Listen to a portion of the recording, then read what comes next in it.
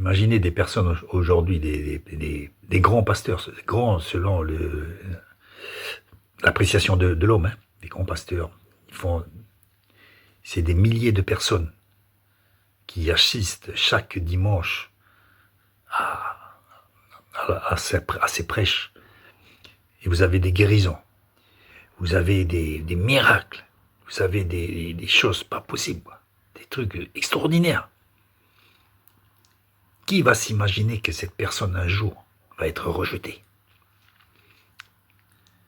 Aujourd'hui, on ne voit pas ça parce qu'on a été aveuglé par notre faculté à regarder à l'apparence. C'est des choses qu'on sait, mais on ne pense pas à ça dans la mesure où on croit que c'est un homme de Dieu. Vous savez ce qui s'est passé? Il s'est passé que il prêche Dieu, il prêche la parole, dans le but que les gens le regardent lui. Vous connaissez ce verset? Il faut que je diminue, j'allais dire que je disparaisse, et que le Christ transpire, et que le Christ transpire en moi, se révèle en moi, et que le Christ grandisse en moi. Eh bien, sans s'en rendre compte, ces gens-là, ils ont été... Je pense qu'à la base, ils ont voulu se laisser séduire. Ils ont vu les miracles et tout ça. Mais vous savez que des fois, les miracles, c'est pas parce qu'on a fait un beau sermon. C'est parce que c'est que le Seigneur qui confirme sa parole. Nous, on ne fait que dire sa parole.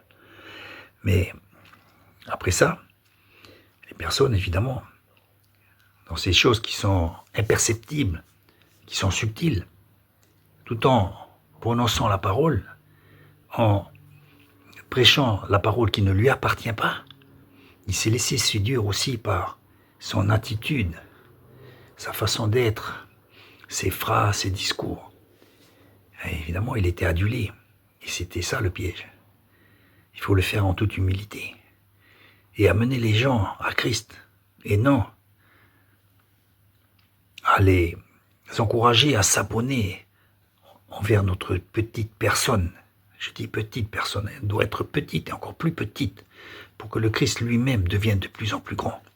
Imaginez ce verset qui dit « Je ne vous ai jamais connu, vous tous qui avez commis l'iniquité, c'est-à-dire l'injustice de vouloir vous mettre devant moi. Vous auriez dû me laisser moi devant. Que le Saint-Esprit prenne toute la place qui lui revient. Nous avons été sauvés pas par nous-mêmes. Parce que quelqu'un qui s'appelle le Christ un jour est venu mourir pour nos péchés. C'est lui qui a fait le job, pas une religion, ni les saints, ni Marie, ni quoi que ce soit. Jésus, c'est lui le boss, c'est lui qui a donné sa vie.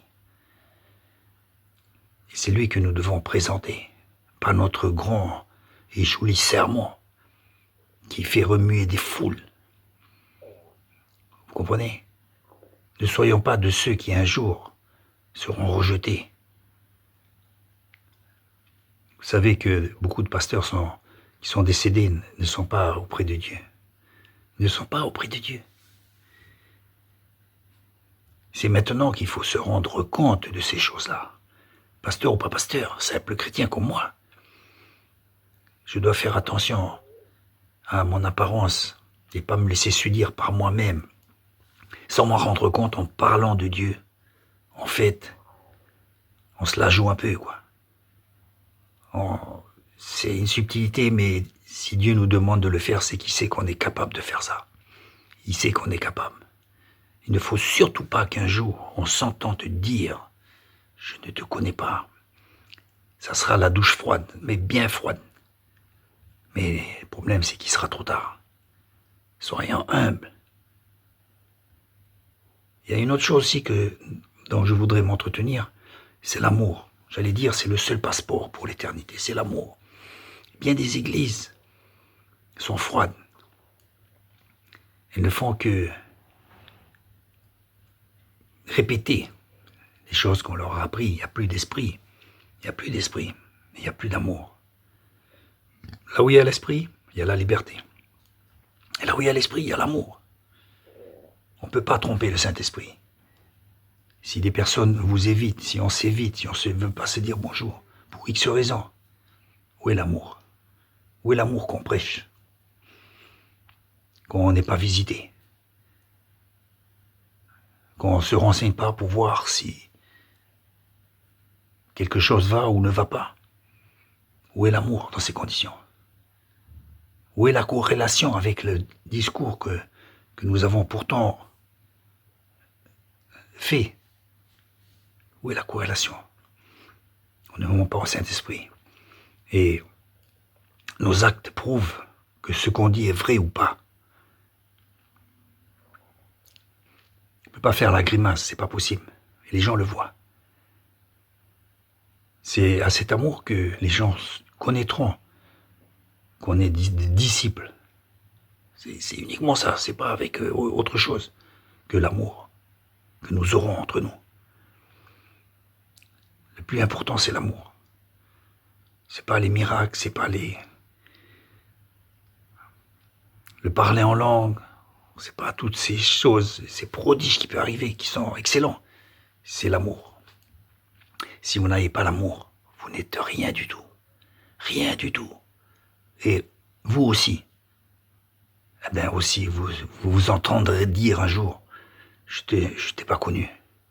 En fait, aujourd'hui, ce qu'ils font, c'est une perte de temps. C'est une perte de temps. Ils le sauront après l'amour, alors qu'ils devraient le savoir maintenant. Évitez de perdre du temps à faire des sermons et puis même amener des gens et les guérir. C'est pas vous, mais c'est Dieu. Mais et vous brassez quelque chose qui ne vient pas de Dieu. Vous brassez une religion, mais Dieu n'est pas dedans. Parce que vous allez vous entendre dire que retire-toi de moi, toi qui commets l'iniquité et l'injustice. Donc il faut se cacher en Christ pour le laisser faire son travail.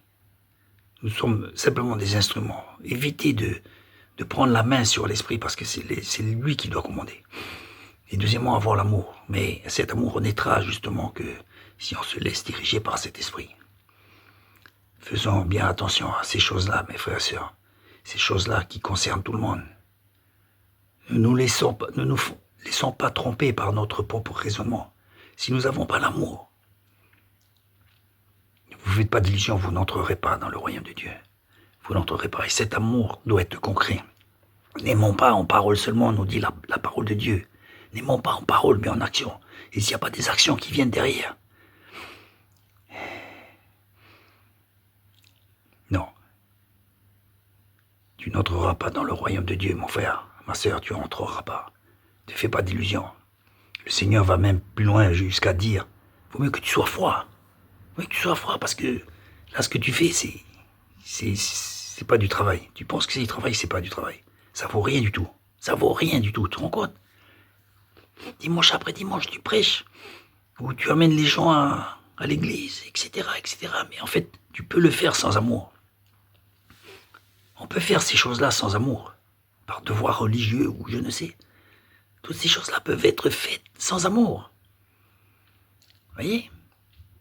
On peut guérir les gens, comme je le dis, c'est pas nous qui guérissons, mais sans amour.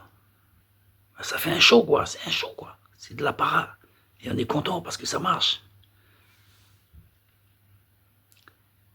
Il faut considérer la chose importante, à savoir que nous sommes rien. Nous avons été sauvés par le Christ, par son amour. Et nous ne sommes rien du tout. Absolument rien. Mais c'est des paroles. Mais il faut vraiment le savoir au fond de nous-mêmes.